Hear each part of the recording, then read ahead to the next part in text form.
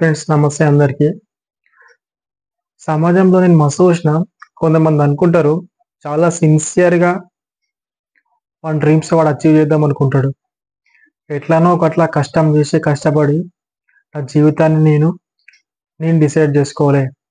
నా జీవితం నేను అట్లా బతకాలి, ఇట్లా బతకాలి, మా వాళ్ళ బతుకులు నేను మార్చాలి అని అనుకోని వాడు ఒక డ్రీమ్ సెట్ చేసుకొని ఉంటాడు.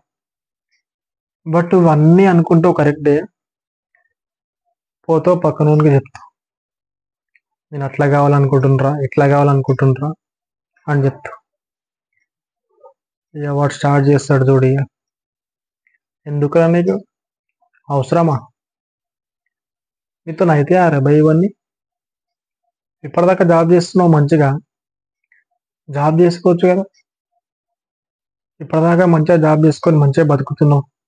ఇప్పుడు ఎందుకు నీ లైఫ్ రిస్క్ చేయాలనుకుంటున్నావు?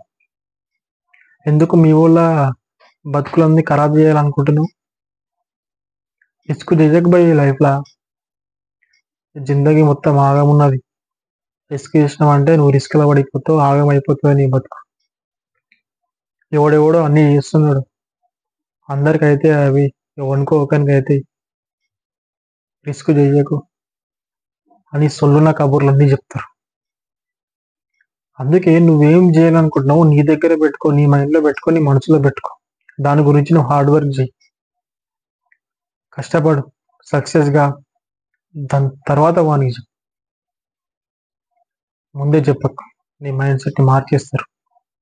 సొసైటీ ఎట్లుంది, సమాజం ఎట్లుంది, వానితోటి ఏమి కాదు, నీతో కూడా ఏం కాదని చెప్తాడు. వాడు చెప్పే మాటలకన్నీ నువ్వు ఇన్ఫ్లుయెన్స్ అయిపోయి అవుతుందో కాదో నాతోటి సపరేట్గా జాబ్ చేసుకుందాం అనుకుంటావు.